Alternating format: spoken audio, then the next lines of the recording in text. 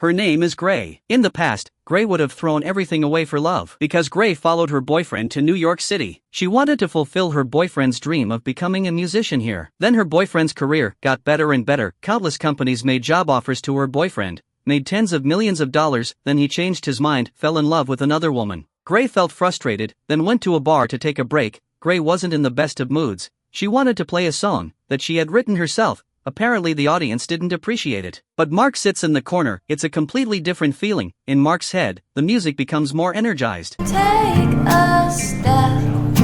Mark is addicted to music.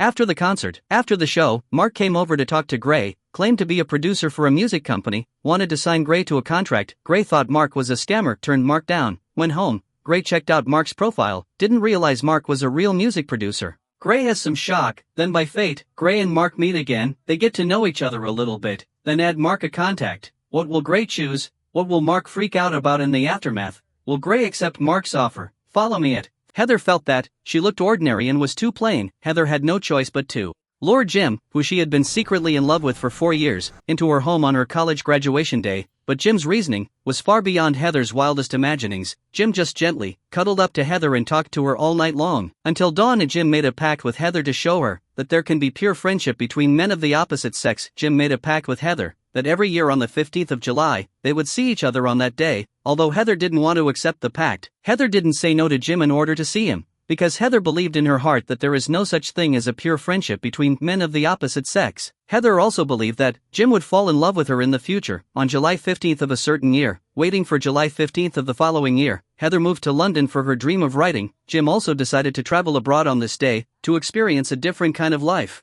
Before he left, Jim wanted Heather to send him more letters and encouraged Heather to keep on writing, and that it would be a success. Heather didn't answer, but the smile on her face already told her that she was happy. By July 15th of the third year, Heather had gone from a student with great aspirations to a part-time order taker in a restaurant. To make ends meet, the harsh reality made Heather suspend her dream of becoming a writer, and she had to work every day in a kitchen full of fumes, repeating the tedious work. Heather's life had become monotonous and boring, and she had lost the hope and motivation she had once had for the future. Heather had no other choice but to call to seek solace from Jim. Will Jim answer Heather's call, and what will Jim do to help Heather when he finds out? Stay tuned for updates.